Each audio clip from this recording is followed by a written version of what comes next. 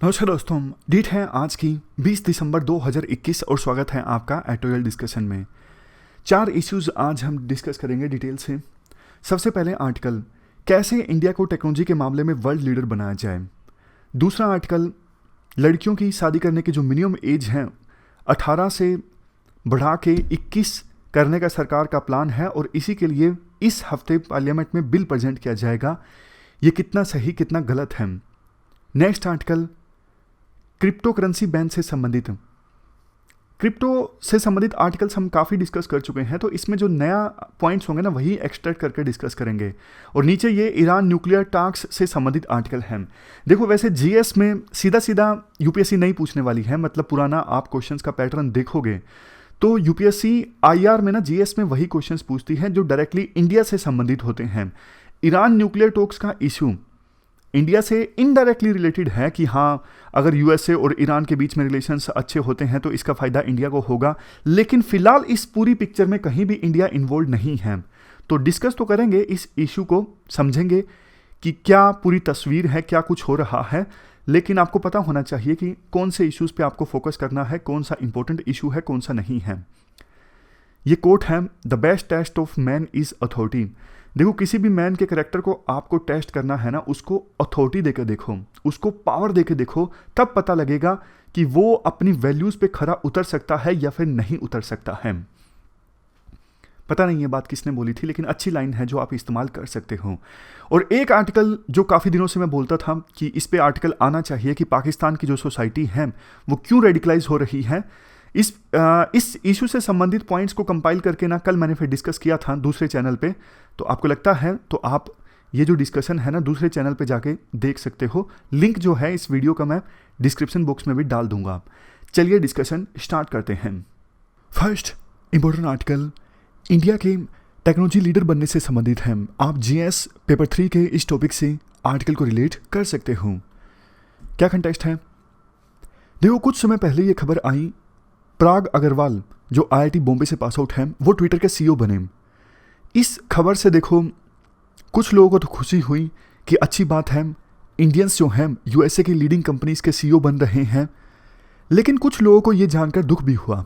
उन्हें दुख इसलिए हुआ कि इंडिया टेक्नोलॉजी के मामले में इतना पीछे है, टॉप पर नहीं है, जबकि इंडियंस जो हैं वो दूसरे देशों में जाके जो लीडिंग टेक कंपनीज हैं उनको लीड कर रहे हैं। तो क्वेश्चन ये उठता है कि जब इंडियंस देखो लीडिंग कंपनीज को लीड कर रहे हैं तो फिर इंडिया टेक्नोलॉजी के मामले में इतना पीछे क्यों है, और इंडिया को वर्ल्ड लीडर कैसा बनाया जाए टेक्नोलॉजी के मामले में। देखो, पॉपुलर नैरेटिव तो ये है कि इंडिया के पास अपॉर्चुनिटीज तो बहुत है। आप मार्केट देखिए इंडिया का, 140 करोड़ लोगों का मार्केट, इतना बड़ा मार्केट है इंडिया में, इतना टैलेंट है, लेकिन इंडिया उसको ठीक से यूटिलाइज नहीं कर पा रहा है। कुछ लोग ये भी बोलते हैं कि आज़ादी के बाद सरकार सोशलिज्म के रास्ते पर चली, पीएसयूज पे ज़्यादा फोकस किया गया, फ्री मार्केट इकोनॉमी थी नहीं। फ्री मार्केट इकोनॉमी तो आई 1990-91 के एलपीजी रिफॉर्म्स के बाद। तो इंडिया के टैलेंट के पास कोई रास्ता ही नहीं था यूएसए या फिर दूसरे डेवलप कंट्रीज में जाने के अलावा, तो इसलिए वो मजबूरी में गए। आज के समय में यूएसए में 2.7 मिलियन यानी 27 लाख इंडियन इमिग्रेंट्स रहते हैं, और इंडियन कम्युनिटी जो है यूएसए में वो देखो most educated professionally accomplished communities में से एक है।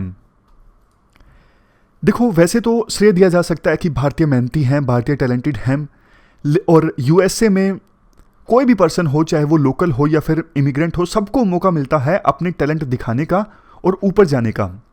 ये बात सच है, बट इसके साथ साथ एक चीज़ आपको और समझनी होगी। देखो, यूएसए में इतनी सारी लीडिंग कंपनीज हैं, उसके पीछे यूएसए की पब्लिक फंडिंग भी रिस्पॉन्सिबल है। मतलब रिस्पॉन्सिबल तो काइंड ऑफ नेगेटिव वर्ड हो जाता है, आप कह सकते हो यूएसए में इतनी सारी अच्छी अच्छी टेक कंपनीज हैं, इसका श्रेय कुछ हद तक आप यूएसए की सरकार को भी दे सकते हो। क्यों? क्योंकि देखो, यूएसए की सरकार एक अच्छी चीज़ ये करती है, जब भी कोई नई टेक्नोलॉजी आती है ना, मान लीजिए कोई नई टेक्नोलॉजी आई है, अभी इतनी डेवलप नहीं हुई है, जैसे artificial intelligence, internet of the things, शुरुआती स्टेज में ही यूएसए उस टेक्नोलॉजी को आइडेंटिफाई करता है। अगर यूएसए की सरकार को लगता है कि इस टेक्नोलॉजी का आने वाले समय में बहुत स्कोप है, तो शुरुआत में ही यूएसए की सरकार उन टेक्नोलॉजीज को आइडेंटिफाई करती है और उनकी रिसर्च के लिए फंडिंग देती है। यानी सरकार खुद फंडिंग देती है कि इस टेक्नोलॉजी में फर्दर रिसर्च होनी चाहिए ताकि यूएसए पायोनियर बन सके इस टेक्नोलॉजी के मामले में। ये यूएसए ने बहुत टेक्नोलॉजीज के मामले में किया है। जैसे यूएसए में देखो पब्लिक सेक्टर फंडिंग की सहायता से ही वो एल्गोरिथम डेवलप हुआ जिसका इस्तेमाल करके गूगल वो बना जो आज वो है। मतलब गूगल इतना सारा सक्सेस अर्जित कर पाया उस एल्गोरिथम की सहायता से जो डेवलप हुआ यूएस में पब्लिक सेक्टर फंडिंग से। और एग्जांपल देखिए, यूएसए में पब्लिक सेक्टर फंडिंग से मॉलिक्यूलर एंटीबॉडीज डिस्कवर हुए। वही एंटीबॉडीज बाद में जाके बायोटेक्नोलॉजी की फाउंडेशन बनते हैं। मतलब कहने का ये है, बेशक देखो यूएसए में ईज ऑफ डूइंग बिजनेस अच्छा है, सबको काम करने का अच्छा मौका मिलता है, टैलेंट दिखाने का मौका मिलता है, लेकिन इसके साथ साथ आप इस चीज को भी एक्नॉलेज कीजिए, यूएसए की सरकार का भी बहुत बड़ा रोल है यूएसए को पूरे वर्ल्ड में टेक लीडर बनाने में। आप इवन चाइना का एग्जांपल भी लीजिए। देखो 2011 से पहले तक चाइना को वर्ल्ड की फैक्ट्री कहा जाता था। फैक्ट्री तो अभी भी कहा जाता है, लेकिन चाइना को वर्ल्ड की फैक्ट्री का टैग इसलिए दिया गया क्योंकि चाइना में जनसंख्या ज़्यादा थी और लो वेजेस अवेलेबल थे। चाइना में जनसंख्या ज़्यादा मतलब कम वेजेस में काम करने वाले लोग उपलब्ध थे। तो बहुत सारे देशों की कंपनीज ने अपनी फैक्ट्रीज चाइना में इस्टेब्लिश की। लेकिन धीरे धीरे चाइना को समझ में आ गया कि लो वैल्यू एडिंग सेगमेंट्स में काम करने से काम नहीं चलेगा, हमें न्यू स्ट्रेटेजिक इंडस्ट्रीज इस्टेब्लिश करनी होंगी। तो उसके बाद तो देखो 2011 में चाइना की सरकार का एक प्लान आया और नई नई टेक्नोलॉजीज में चाइना ने महारत हासिल की, जैसे alternative fuel cars, renewable energy. ये सब पॉसिबल कैसे हुआ? ये सब पॉसिबल हुआ चाइना की सरकार की सहायता से। सब कुछ मार्केट के भरोसे छोड़ने से ना तो यूएसए मार्केट लीडर बना, मतलब वर्ल्ड का टेक लीडर बना, और ना ही चाइना बना। इसके बाद राइटर ये बोलते हैं, देखो चाइना के जो अचीवमेंट्स हैं ना, वो सिर्फ इसलिए नहीं है कि चाइना कैपिटलिज्म के रास्ते पर चला। चाइना ने देखो बहुत ज़्यादा खूबसूरती से कई सारी चीज़ों को कंबाइन किया आपस में, जैसे पब्लिक सेक्टर की स्ट्रेंथ, मार्केट और ग्लोबलाइजेशन। तीनों चीज़ों को चाइना ने कंबाइन किया। अदरवाइज तो देखो ऐसा देखने को मिलता है जहां पे मार्केट बेस्ड इकोनॉमी होती है ना, वहां पे सरकार पब्लिक सेक्टर पर ज़्यादा फोकस नहीं करती। जैसे एग्जाम्पल के तौर पर यूएसए में मार्केट इकोनॉमी है, सब कुछ मार्केट तय करती है, कैपिटलिज्म है यूएसए में। तो आपको पब्लिक सेक्टर फंडिंग तो देखने को मिलेगी जैसा हमने पिछले पॉइंट में डिस्कस किया, लेकिन पब्लिक सेक्टर एंटरप्राइजेज आपको ज़्यादा यूएसए में नहीं देखने को मिलेगी। इंडिया भी 1990-91 के बाद से ही यूएसए के रास्ते पर चल रहा है, फ्री मार्केट इकोनॉमी के रास्ते पर चल रहा है। इसी वजह से बहुत सारे जो पीएसयूज हैं इंडिया ने बेच दिए हैं। जैसे हाल ही में एयर इंडिया को भी इंडिया ने बेच दिया टाटास को। लेकिन राइटर को यह बात अच्छी नहीं लगती। राइटर को चाइना का मॉडल ज़्यादा अच्छा लगता है कि चाइना ने पब्लिक सेक्टर, मार्केट्स और ग्लोबलाइजेशन तीनों चीज़ों को आपस में कंबाइन किया है। मार्केट है लेकिन इसके साथ साथ पब्लिक सेक्टर को भी नहीं छोड़ा है चाइना ने। तो राइटर अपनी तरफ से ये सजेस्ट करना चाहते हैं कि देखो जैसे चाइना में भी कई सारे जो पब्लिक सेक्टर एंटरप्राइजेज थी ना, वो घाटे में चल रही थी, लेकिन चाइना ने उनको बेचा नहीं, उनको रीस्ट्रक्चर किया गया। बट बड़ी खूबसूरती के साथ रीस्ट्रक्चर किया। कैसे? जैसा देखो हमने डिस्कस किया कि 2011 में चाइना में लाइट मैन्युफैक्चरिंग का बोलबाला था, वर्ल्ड की फैक्ट्री चाइना को कहा जाता था और एक्सपोर्ट चाइना से बहुत ज़्यादा होता था। तो चाइना ने ना ये जो लाइट मैन्युफैक्चरिंग है ना और एक्सपोर्ट ओरिएंटेड प्रोडक्ट्स, इनको तो छोड़ दिया प्राइवेट सेक्टर के लिए कि भैया आप ये छोटे छोटे जो प्रोडक्ट्स हैं जो फेमस हैं चाइना के भी, चाइना का माल, वो प्राइवेट सेक्टर को दे दिया कि आप ये बनाइए। और स्टेट जो पीएसयूज है ना, वो धीरे धीरे लाइट मैन्युफैक्चरिंग और एक्सपोर्ट ओरिएंटेड प्रोडक्ट से बाहर आ गए। मैं आपसे अगर पूछूं लाइट मैन्युफैक्चरिंग का क्या मतलब है, बताइए।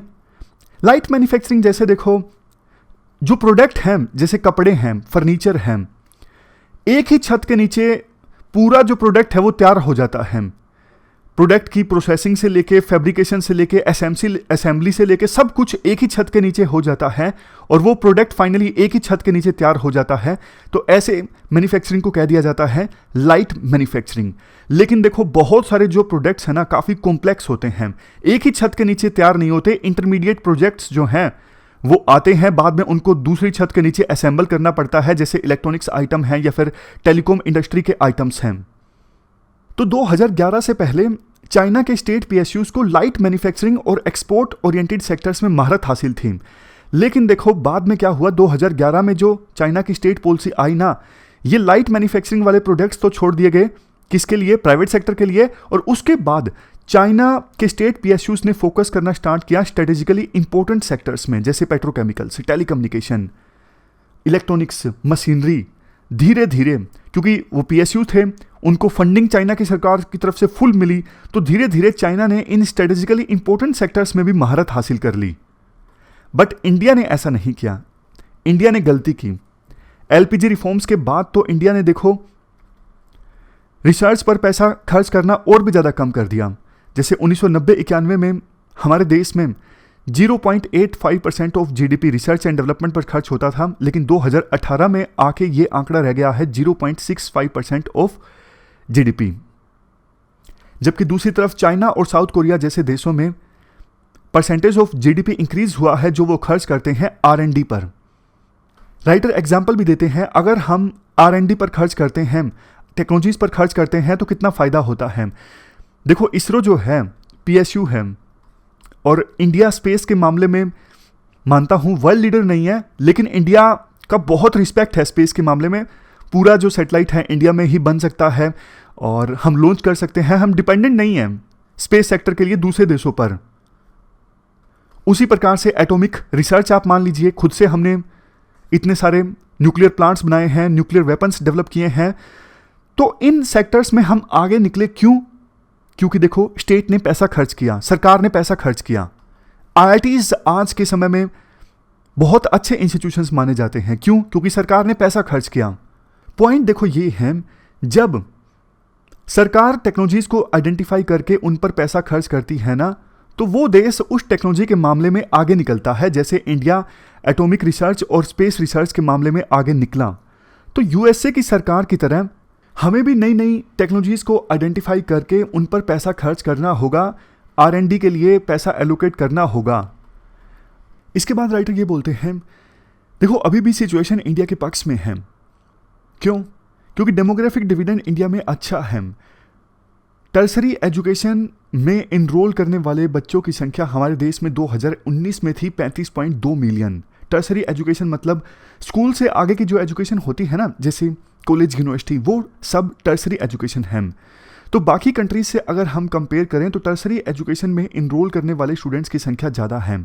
इसके साथ साथ साइंस, टेक्नोलॉजी, इंजीनियरिंग और मैथमेटिक्स यानी स्टेम से ग्रेजुएट्स जो बच्चे हैं हमारे देश में, वो ऑलमोस्ट सभी देशों से सबसे ज़्यादा है, 32%। यानी हमारे देश में 32% बच्चे जो हैं 2019 में वो स्टेम से पास आउट हुए। दूसरे देशों के कंपैरिजन में ये रेशो काफ़ी अच्छी है। इसके बाद हमारे देश में देखो ज़्यादातर जो बच्चे टर्सरी एजुकेशन में है ना, वो प्राइवेट इंस्टीट्यूशंस में हैं। 2017 में जिन स्टूडेंट्स ने टर्सरी एजुकेशन में पार्टिसिपेट किया, इनरोल किया अपने आप को, उनमें से 60% प्राइवेट इंस्टीट्यूशंस में पढ़े, जबकि G20 के दूसरे कंट्रीज में ये रेशो जो है वो 33% है। मतलब ज़्यादा स्टूडेंट्स G20 के गवर्नमेंट इंस्टीट्यूशंस में पढ़े टर्सरी एजुकेशन के लिए, ना कि प्राइवेट इंस्टीट्यूशंस में। हमारे देश में उल्टा है। आप इंटरनेट यूजर्स देख लीजिए, आज के समय में हमारे देश में यूएसए से ऑलमोस्ट डबल इंटरनेट यूजर्स हैं। तो कितनी बड़ी मार्केट है हमारे देश में, बहुत अच्छा मौका है हमारे पास। लेकिन देखो पोटेंशियल को अभी भी हम अचीव नहीं कर पा रहे हैं। जैसे इलेक्ट्रॉनिक्स आइटम्स का आप एग्जांपल लीजिए, शनिवार को ही हमने आर्टिकल डिस्कस किया था कि सरकार सेमीकंडक्टर की मैन्युफैक्चरिंग को बूस्ट करने के लिए स्कीम लेके आई है। बट अभी तो फिलहाल देखो सिचुएशन काफ़ी ख़राब है। ऑयल के बाद दूसरे नंबर पे सबसे ज़्यादा जो इंडिया इंपोर्ट करता है ना, वो इलेक्ट्रॉनिक गुड्स एंड कंपोनेंट्स को ही इंपोर्ट करता है। देखो ये जो अच्छे अच्छे इलेक्ट्रॉनिक आइटम्स होते हैं ना, जैसे मोबाइल फ़ोन है, डिजिटल वॉच है, इनमें हाई वैल्यू इलेक्ट्रॉनिक कंपोनेंट्स का इस्तेमाल होता है, अच्छी अच्छी टेक्नोलॉजीज का इस्तेमाल होता है। लेकिन हमारे देश में ना वो हाई वैल्यू इलेक्ट्रॉनिक कंपोनेंट्स उपलब्ध नहीं होते, जैसे सेमीकंडक्टर चिप्स। चाइना ने शुरुआत में क्या किया, क्योंकि चाइना की मार्केट भी इंडिया की तरफ बहुत बड़ी थी, तो चाइना ने यूएसए जैसे डेवलप कंट्रीज़ की कंपनीज़ को बोला, अगर आपको चाइना की मार्केट का फ़ायदा उठाना है ना, तो आपको चाइना में आके प्रोडक्शन करना होगा और लोकल फर्म्स के साथ अपनी टेक्नोलॉजी शेयर करनी होगी। एक काम तो चाइना ने ये किया। दूसरा काम चाइना ने ये किया, खुद बहुत ज़्यादा पैसा खर्च किया रिसर्च इंस्टीट्यूशंस पर, ताकि वो भी इस पूरे सेक्टर में ज़्यादा से ज़्यादा रिसर्च करें। चाइना ने अपने स्टेट ऑपरेटेड जो एंटरप्राइजेज है ना, उनको मजबूत किया, उनके लिए फंड्स एलोकेट किए, तब जाके चाइना इलेक्ट्रॉनिक्स आइटम्स के मामले में महारत हासिल कर सका। आज के समय में आप देखिए वीवो, ओप्पो, ये सारी चाइनीज कंपनीज हैं, वन प्लस भी। तो इंडिया को भी इन मॉडल्स से सीखना होगा। सिर्फ देखो ईज ऑफ डूइंग बिजनेस से काम नहीं चलेगा कि हाँ आपने इंडिया में बिजनेस करना आसान बना दिया, आसानी से अब कोई फर्म इलेक्ट्रिसिटी का कनेक्शन ले सकती है, कंपनी बनाना आसान कर दिया। अरे भैया वो तो ठीक है, लेकिन शुरू में जो ये रिसर्च होती है ना, ये काफ़ी अनसर्टेन होती है। पता नहीं है कि रिसर्च से कुछ निकलेगा नहीं निकलेगा। तो प्राइवेट कंपनीज ना ये अनसर्टेन रिस्क लेने के लिए तैयार नहीं होती। स्टेट को पैसा खर्च करना चाहिए नई नई टेक्नोलॉजीज में, ताकि इंडिया महारत हासिल करे नई नई टेक्नोलॉजीज में और उसी टेक्नोलॉजी के आधार पर फिर नए नए प्रोडक्ट्स बने। तो इस प्रकार से इंडिया वर्ल्ड लीडर बन सकता है टेक्नोलॉजी के मामले में। वैसे देखो इस पूरे आर्टिकल की सहायता से राइटर एक बात जो बोलना चाहते हैं वो तो आपको समझ में आ ही गई होगी। राइटर कहते हैं पीएसयू को बेचो मत, पीएसयू को स्ट्रॉन्ग बनाओ, ताकि वो पर्टिकुलर टेक्नोलॉजीज के मामले में आगे निकलें, अच्छी टेक्नोलॉजीज में आगे निकलें, जिसका फ़ायदा बाद में प्राइवेट सेक्टर उठाए। इसके अलावा सरकार को यूनिवर्सिटीज़ पे, कॉलेजेस पर भी खर्च करना चाहिए, ताकि यहाँ पर भी ज़्यादा अच्छी रिसर्च हो, जिसका फ़ायदा प्राइवेट कंपनीज उठाएं। प्राइवेट कंपनीज रिस्क नहीं लेना चाहती रिसर्च में, जैसा हमने डिस्कस किया, तो वो रिस्क सरकार ले। वो रिस्क जब सरकार लेगी ना, तब इंडिया टेक्नोलॉजी के मामले में आगे निकलेगा। चलते हैं आगे। इसके बाद नेक्स्ट आर्टिकल लड़कियों की मैरिज एज इंक्रीज करने से संबंधित है। आप जीएस पेपर सेकंड के इस टॉपिक से आर्टिकल को रिलेट कर सकते हो। क्या कंटेक्स्ट है? देखो इस हफ्ते लड़कियों की मैरिज एज को इंक्रीज करने वाला जो बिल है वो पार्लियामेंट में प्रेजेंट हो सकता है। इसके लिए सरकार ने एक कमेटी गठित की थी। समता पार्टी अध्यक्ष जया जेटली की अध्यक्षता में, पिछले साल की बात है। तो इस पैनल ने अपनी रिपोर्ट सबमिट की दिसंबर 2020 में, जिसमें इस कमेटी ने ये रेकमेंड किया लड़कियों की जो मैरिज एज है, शादी की मिनिमम एज, वो 18 से बढ़ा के 21 कर दिया जाए। अगर ये बिल पास हो जाता है तो लड़की की उम्र कम से कम 21 साल होनी चाहिए शादी करने के लिए। वैसे देखो देखने में तो ये जो बिल है सही लगता है कि हाँ, अगर लड़कियों की मैरिज एज इंक्रीज होती है तो वो जल्दी शादी नहीं करेंगी, परिवारों को एजुकेशन पे ध्यान देना होगा, वो फाइनेंशियल इंडिपेंडेंट हो सकेंगी अगर पढ़ाई अच्छे से करेंगी। बट देखो राइटर के अनुसार बिना सोशल अवेयरनेस क्रिएट किए, जैसे देखो कानून तो चाइल्ड मैरिज के लिए भी है, लेकिन चाइल्ड मैरिज अभी भी होती है। तो राइटर कहते हैं बिना सोशल अवेयरनेस क्रिएट किए, बिना हेल्थ केयर की एक्सेस को इम्प्रूव किए और बिना लड़कियों को फाइनेंशियल इंडिपेंडेंट बनाए बिना ये जो एज इंक्रीज करने वाली बात है ना, इतना सही साबित नहीं होगी, बल्कि पेरेंट्स का जो कंट्रोल है वो लड़कियों के ऊपर और इंक्रीज हो जाएगा। कैसे? आपको हैरानी होगी कैसे। लड़कियों की अगर मैरिज एज इंक्रीज होती है मिनिमम, तो पेरेंट्स का बच्चों पे कैसे जो कंट्रोल है वो इंक्रीज हो जाएगा। राइटर एग्जाम्पल देते हैं। आज के समय में क्या होता है, वो लड़कियां जिनकी एज 18 साल से कम है, मान लीजिए 17 है, 17.5 है, वो अगर भाग कर शादी कर लेती हैं या फिर डोमेस्टिक टॉर्चर से दुखी हैं, वो घर से भाग जाती हैं, तो फिर पेरेंट्स ना अपने कंट्रोल का इस्तेमाल करते हैं, पुलिस को जाके बोलते हैं कि देखो लड़की तो बालिग नहीं है। तो फिर ना चाहते हुए भी उस लड़की को वापस अपने घर में आना पड़ता है, जो कि अपनी मर्जी से घर से गई थी डोमेस्टिक टॉर्चर से बचने के लिए या फिर अपनी एजुकेशन को पूरा करने के लिए।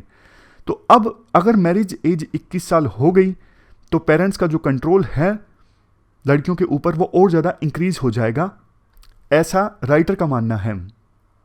इसके बाद आर्टिकल में एक चीज़ ये बोली जाती है, जब देखो सरकार इस प्रकार के कानून पास करवाती है ना पार्लियामेंट से बिना सोसाइटी के सपोर्ट के, तो उन कानूनों को मानने में सोसाइटी जो है वो आनाकानी करती है।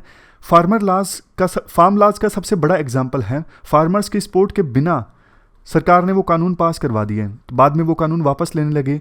राइटर कहते हैं बात ये नहीं है कि कानून ठीक है या गलत हैं, बात ये है कि आप सोसाइटी की सपोर्ट के साथ पहले आप वाइड स्प्रेड सपोर्ट क्रिएट कीजिए सोसाइटी से, तब जाके इस प्रकार के इश्यूज पर कानून पास करवाइए।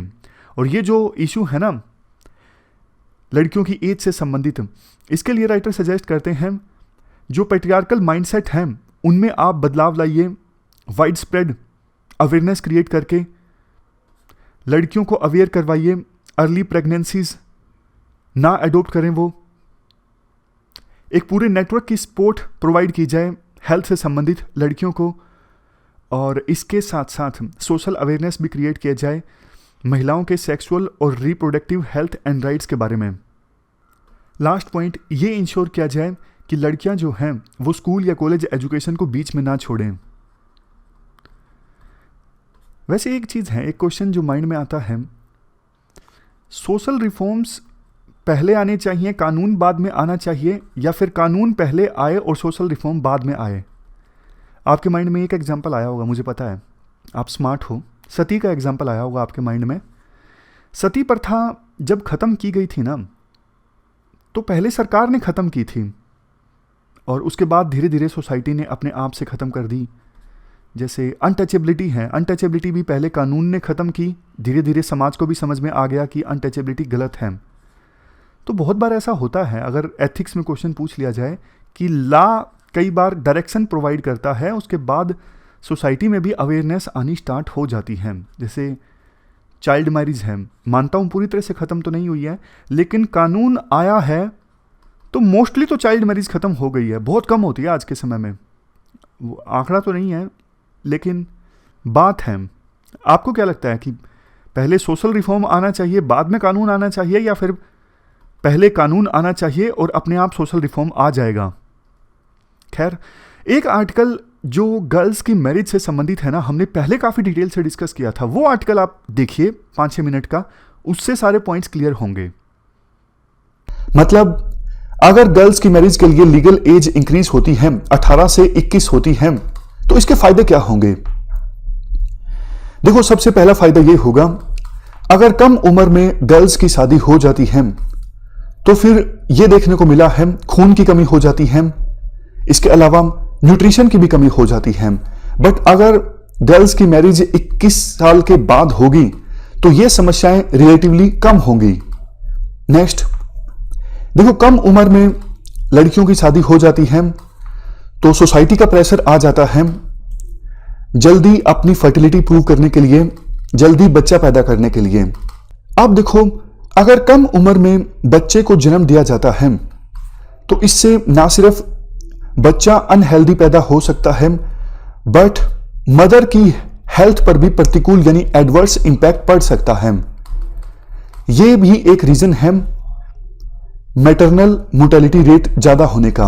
वैसे तो मैटरनल मोर्टेलिटी रेट मतलब बच्चे के जन्म के दौरान जो मदर्स की डेथ हो जाती है, इस रेट में हमारे देश में पिछले कुछ सालों में काफी कमी आई है, लेकिन अभी भी जानकारों का यह कहना है मदर्स की जो डेथ होती है बच्चे के जन्म के दौरान, उसमें से एक मेजर फैक्टर यह है कम उम्र में बच्चे को जन्म देना, यानी कम उम्र में मदर बनना।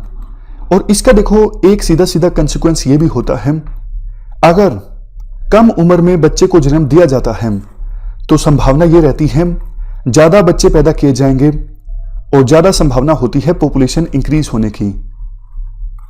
अगर लेट उम्र में महिला मां बनती है तो फर्टिलिटी रेट कम होगी। तो एक सरकार के मन में यह भी चल रहा है कि ऐसा करके, मतलब गर्ल्स की मैरिज की लीगल एज को इंक्रीज करके पॉपुलेशन कंट्रोल की दिशा में भी आगे बढ़ा जा सकता है। नेक्स्ट पॉइंट ये है, जब देखो लड़कियां कम उम्र में शादी कर लेती हैं तो देखो बहुत बार ये होता है उनको जानकारी नहीं होती, अवेयरनेस नहीं होती सेक्सुअल एंड रिप्रोडक्टिव हेल्थ के बारे में। और आर्टिकल में कहा जाता है जब कम उम्र में शादी हो जाती है तो अपने पार्टनर्स के साथ वो नेगोशिएट नहीं कर पाती कि इस प्रकार की सेफ सेक्सुअल प्रैक्टिसेस को फॉलो करना जरूरी है या फिर हमें फैमिली प्लानिंग करनी चाहिए। उनकी जो नेगोशिएटिंग पावर होती है वो रिलेटिवली कम होती है। लेकिन जैसे जैसे एज बढ़ती है गर्ल्स ज़्यादा बेहतर ढंग से पार्टनर से नेगोशिएट कर पाती हैं फैमिली प्लानिंग के बारे में और सेफ सेक्स प्रैक्टिसेस के बारे में। नेक्स्ट पॉइंट, पॉपुलेशन के पॉइंट हमने डिस्कस कर लिया कि पॉपुलेशन कंट्रोल की दिशा में सरकार आगे बढ़ना चाहती है इस स्टेप से। उसके बाद ये भी इंपॉर्टेंट पॉइंट है एजुकेशन लेवल। देखो आमतौर पे ग्रेजुएशन जो है वो किस एज में समाप्त होती है? ग्रेजुएशन 20, 21, 22 इस एज में ग्रेजुएशन आप कर लेते हो। डिपेंड करता है आपकी 3 साल की डिग्री है, 4 साल की है, 5 साल की है।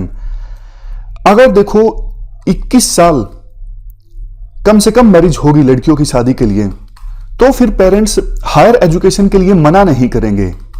अभी 18 एज है और 18 तक तो ग्रेजुएशन होती ही नहीं है।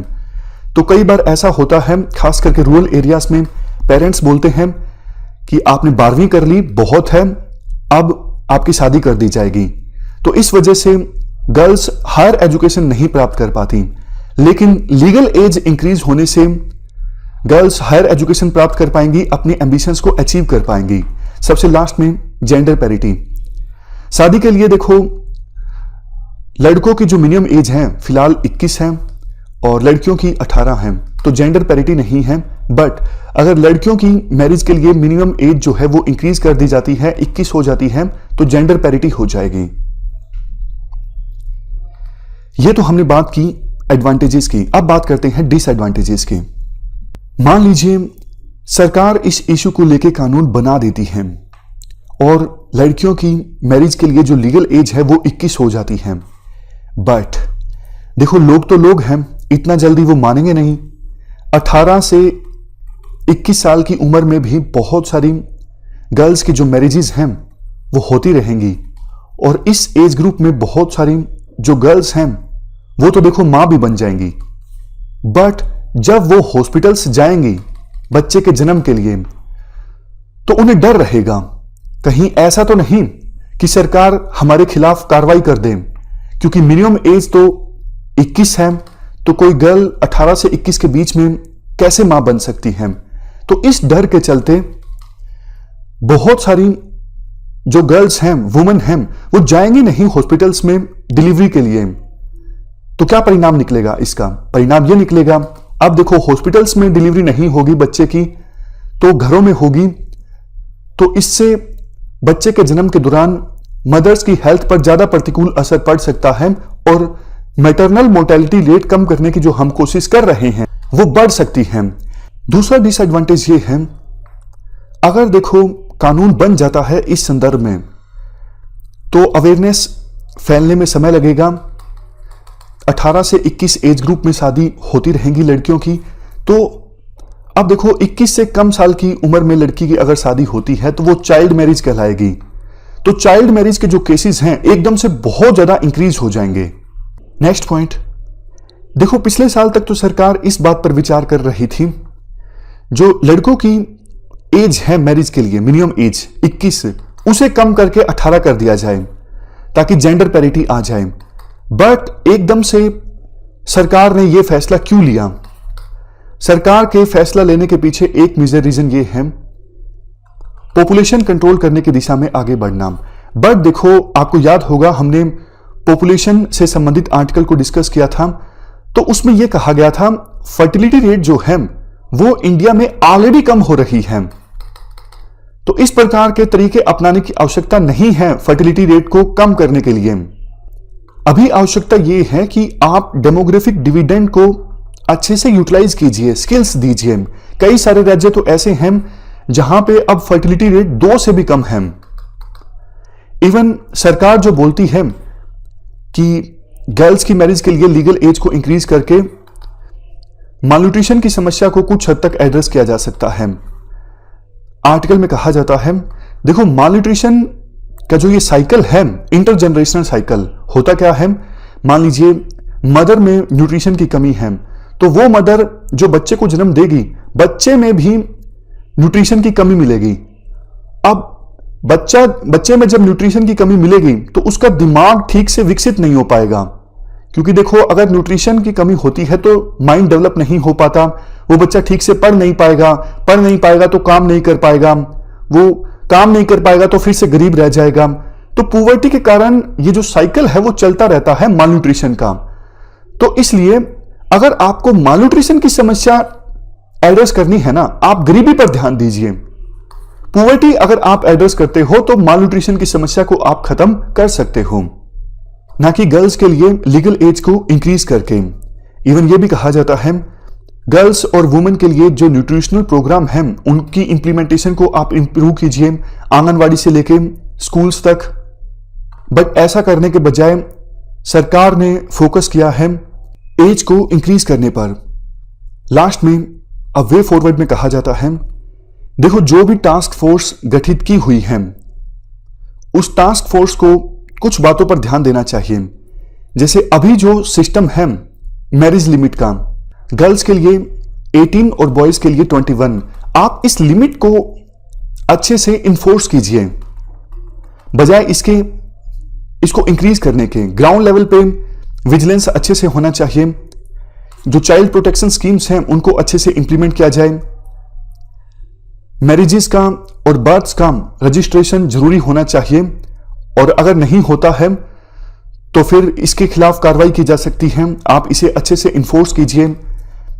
लोगों के बिहेवियर में बदलाव लाने के लिए अवेयरनेस कैंपेन चलाइए, ताकि जो रिग्रेसिव सोशो कल्चर बैरियर्स हैं उनको दूर किया जा सके, जिसकी वजह से जैसा हमने डिस्कस किया था समाज में एक प्रेशर होता है कपल पर कि शादी हुई, फर्टिलिटी रेट को प्रूव करना। ये जो बैरियर्स है ना, इनको एड्रेस करना जरूरी है, और अवेयरनेस फैला के ऐसे बैरियर्स को दूर किया जा सकता है। इसके बाद next article Iran nuclear talks से संबंधित है। देखो, चूंकि ये इश्यू डायरेक्टली तो इंडिया से रिलेटेड नहीं है, इनडायरेक्टली रिलेटेड है, तो जीएस में सीधा सीधा क्वेश्चन आने की संभावना थोड़ी कम है कि हाँ बताइए ईरान न्यूक्लियर टॉक्स में क्या चल रहा है। नहीं, इस प्रकार के क्वेश्चन आने की संभावना कम है। अभी तक तो यूपीएससी ने पूछा नहीं है, पुराने अगर आप पेपर्स देखोगे तो। खैर, जल्दी से इशू को फिर भी हम डिस्कस कर ही लेते हैं ब्रीफ में। देखो, ईरान न्यूक्लियर टॉक्स के साथ क्या हुआ था पहले आपको पता है। 2015 में एग्रीमेंट साइन हुआ यूएसए के साथ, लेकिन ट्रंप जब राष्ट्रपति थे तो यूएसए ईरान न्यूक्लियर डील से बाहर आ गया। उसके बाद यूएसए और यूएसए के अलाई कंट्रीज ने एक बार फिर से ईरान पर सैंक्शंस लगा दिए। बदले में ईरान ने कुछ महीनों तक तो वेट किया, फिर अपने न्यूक्लियर प्रोग्राम को फिर से चालू कर लिया, यानी यूरेनियम को और ज़्यादा इनरीच करना स्टार्ट कर दिया। अब जबकि बाइडन राष्ट्रपति बन गए हैं तो कोशिश हुई है कि उस डील को फिर से रिवाइव किया जाए। इसके लिए वियना में बातचीत भी हुई। ऑस्ट्रिया का शहर है ना वियना, वहाँ पे बातचीत हुई थी, लेकिन बातचीत किसी नतीजे पर नहीं पहुँच की। दोनों अपनी बात पे अड़े हुए हैं। जहां यूएसए ये बोलता है ईरान को कि आप अपना यूरेनियम इनरिचमेंट बंद कीजिए, पहले जितने लेवल पर लेके आइए, और इंटरनेशनल एटॉमिक एनर्जी एजेंसी के ऑफिशियल्स को ईरान में आने दीजिए, ये चेक करने के लिए कि आप क्या कर रहे हो, कितना आपने इनरिच किया है। ईरान कहता है नहीं भैया नहीं, आपकी गलती है, आप बाहर आए थे पहले न्यूक्लियर डील से, पहले आप सैंक्शंस हटाइए, उसके बाद हम जो ये इनरिचमेंट है ना उसे कम करना स्टार्ट करेंगे। तो दोनों इस बात पे अड़ गए हैं। अब झुकना नहीं चाहेगा यूएसए, कमजोर नहीं दिखना चाहेगा। ईरान ज्यादा से ज्यादा लिवरेज लेना चाहता है। ईरान ये चाहता है कि लिवरेज ले लिया जाए यूएसए से, मतलब इनरिचमेंट जितना ज्यादा होगा उतना ही यूएसए को ज्यादा कंसेशंस देने पड़ेंगे ना, ये सुनिश्चित करने के लिए कि ईरान पहले जो लेवल पर था उसी लेवल पर वापस आए। तो आर्टिकल में यह कहा जाता है कि देखो, वैसे यूएसए के पास कोई चारा भी नहीं है, मतलब वैसे यूएसए ने धमकी दी है कि ईरान के पास से समय जो है वो निकला जा रहा है। इजराइल यूएसए को ये बोल रहा है कि आप ईरान के साथ कोई डील मत साइन कीजिए, क्योंकि इजराइल को देखो, अरे पेन खराब हो गया, हाँ सही है। तो इजराइल को ये लगता है कि ईरान से हमें एग्जिस्टेंशियल थ्रेट है। तो इजराइल तो ये बोलता है कि ईरान के साथ कोई आप डील साइन मत करो, लेकिन क्वेश्चन ये उठता है कि अगर यूएसए ईरान के साथ डील साइन नहीं करेगा तो ईरान को रोकेगा कैसे न्यूक्लियर वेपन हासिल करने से। न्यूक्लियर प्रोग्राम तो वो चलता रहेगा ना ईरान का। ईरान अभी ना मेनली नॉर्थ कोरिया के रास्ते पर है। जैसे नॉर्थ कोरिया बार बार धमकी देता है कि हम न्यूक्लियर वेपन्स का इस्तेमाल कर लेंगे, हमारे पास न्यूक्लियर मिसाइल्स हैं, न्यूक्लियर वेपन्स हैं, तो ना चाहकर भी यूएसए को डील करना पड़ता है नॉर्थ कोरिया से। तो उसी प्रकार का खेल ईरान खेलना चाहता है। तो क्या ईरान को रोकने के लिए कोई सोल्यूशन है इजराइल के पास? नहीं है। क्या इजराइल वार छेड़ेगा ईरान को रोकने के लिए, हमला करेगा ईरान के ऊपर? नहीं, इजराइल के पास ये ऑप्शन अवेलेबल नहीं है। तो फिर ऑप्शन है क्या? बातचीत करना ही एकमात्र ऑप्शन है। ये बात ईरान को भी समझनी होगी और ये बात यूएसए को भी समझनी होगी। तो ये पूरा आर्टिकल हमने ब्रीफ में डिस्कस किया। चलते हैं आगे। इसके बाद नेक्स्ट आर्टिकल क्रिप्टो से संबंधित है। जीएस पेपर 3 के इस टॉपिक से आर्टिकल को रिलेट कर सकते हो। देखो, राइटर का मेन पॉइंट ये है कि क्रिप्टो में हमारे देश के युवा ना बहुत ट्रेडिंग कर रहे हैं, बहुत इन्वेस्ट कर रहे हैं। आज के समय में हमारे देश में 15 मिलियन लोग ऐसे हैं जिन्होंने क्रिप्टो करेंसीज में इन्वेस्ट किया है। आपने किया है तो निकल जाइए, क्योंकि सरकार का कुछ नहीं पता कब बिल पास कर दे क्रिप्टोज को बैन करने से संबंधित। हालांकि राइटर इस मना करते हैं। राइटर कहते हैं कि सरकार को ना तो क्रिप्टो करेंसीज को बैन करना चाहिए, ना ही रेगुलेट करना चाहिए। तो करना क्या चाहिए? राइटर के अनुसार सरकार को सिर्फ इतना बोलना चाहिए कि हम फ्यूचर में कभी भी क्रिप्टो करेंसीज को नहीं अपनाएंगे, क्योंकि ना जो इन्वेस्टर्स अभी क्रिप्टो करेंसीज में इन्वेस्ट कर रहे हैं या फिर ट्रेड कर रहे हैं ना, उनको ये उम्मीद है कि कहीं ना कहीं सरकार क्रिप्टो करेंसीज को अडॉप्ट कर लेगी भविष्य में। लेकिन सरकार ये बार बार साफ कर दे कि हम कतई क्रिप्टो करेंसीज को नहीं अपनाने वाले हैं किसी भी सूरत में, तो फिर ये जो इंडियन इन्वेस्ट कर रहे हैं ना क्रिप्टो करेंसीज में, वो समझ जाएंगे, फिर वो इन्वेस्ट नहीं करेंगे। बैन करने से क्या होगा, एकदम से बहुत सारे जो इंडियंस हैं उनका पैसा डूब जाएगा। रेगुलेट सरकार को वैसे भी नहीं करना चाहिए, क्योंकि ना तो क्रिप्टो करेंसीज को रेगुलेट करने के लिए हमारे पास में इंफ्रास्ट्रक्चर है, और क्रिप्टो करेंसीज को तो अपनाना भी नहीं चाहिए। राइटर कहते हैं देखो, स्पेकुलेशन जो होती है ना क्रिप्टो करेंसीज में, इससे देश की इकोनॉमी को बहुत खतरा पहुंच सकता है। जैसे फाइनेंशियल क्राइसिस हुए थे 2008 में, वो मोर्टगेज में ट्रेडिंग की वजह से हुए थे। तो क्रिप्टो करेंसीज में भी इतनी ज़्यादा स्पेकुलेशन, इतनी ज़्यादा ट्रेडिंग, इतनी ज़्यादा इन्वेस्टमेंट होती है। इन्वेस्टमेंट से हालांकि फ़र्क नहीं पड़ता, लेकिन वोलेटाइल बहुत है ना क्रिप्टो करेंसीज की मार्केट, तो इससे देश की इकोनॉमी को नुकसान पहुंच सकता है। इसलिए ना तो आप इसे बैन करो, ना ही रेगुलेट करो, इसको छोड़ दो। लेकिन बस ये क्लैरिफाई कर दो कि हम कभी भी आने वाले समय में क्रिप्टो करेंसीज को अडॉप्ट नहीं करने वाले हैं। इससे होगा क्या, मैं आपको एग्जांपल की सहायता से बताता हूं। देखो, आप कोई चीज मार्केट में जाते हो तो आप करेंसी देते हो, अपनी करेंसी है रुपया, तो दुकानदार आपसे ना उस करेंसी में पैसा ले लेता है, क्योंकि उसको पता है मैं आगे जब जाऊंगा अपना माल खरीदूंगा तो इसी करेंसी से मैं अपना माल भी खरीद सकता हूं। लेकिन मैं आपको अपने घर का एग्जांपल बताता हूं। छोटे से कस्बे से मैं आता हूं, वहां पे ना 10 रुपए के सिक्के नहीं चलते। अब जब मैं गया घर तो मुझे काफी हैरानी हुई। मैंने कहा क्यों नहीं चलते? तो वो वेंडर कहता है कि नहीं, यहां पे कोई लेता नहीं है, इसलिए नहीं चलते। अब मैं उसको क्या बोलूं कि भैया आरबीआई का नियम है, ये तो कानूनी अपराध है अगर आप भारत की करेंसी को एक्सेप्ट नहीं करोगे। मतलब आप अपने कस्बे में जाके ऐसी ऐसी बातें नहीं बोल सकते ना, उनको समझ में भी नहीं आएगी और आप मूर्ख लगोगे। लेकिन मैं कंसेप्ट को समझा जो आज इस आर्टिकल में दिया भी हुआ है। वो दुकानदार, वो वेंडर इसलिए 10 रुपए का सिक्का नहीं एक्सेप्ट कर रहा था क्योंकि फर्दर वो अपना माल नहीं खरीद सकता उस 10 रुपए के सिक्के से। तो उस 10 रुपए के सिक्के के ऊपर जो सोशल ट्रस्ट है ना, वो गड़बड़ा गया था। इस वजह से कोई भी एक्सेप्ट नहीं कर रहा था। तो किसी भी करेंसी को लेकर ना सोशल ट्रस्ट जरूरी होता है। तो अगर सरकार ये बोल दे कि कभी भी हम क्रिप्टो करेंसी को नहीं अपनाएंगे, तो वो क्रिप्टो करेंसी के ऊपर से सोशल ट्रस्ट जो है ना वो खत्म हो जाएगा। तो लोगों का जो भरोसा है ना कि कल को ये क्रिप्टो करेंसी जो है वो मान्य हो सकती है, उनकी वो सोच बदल जाएगी। फिर लोग क्रिप्टो करेंसी में इन्वेस्ट नहीं करेंगे। समझ गए? चलो जी, आज की डिस्कशन हमारी खत्म हो गई। आज हमने 4 इश्यूज डिस्कस किए। Thank you very much for discussion.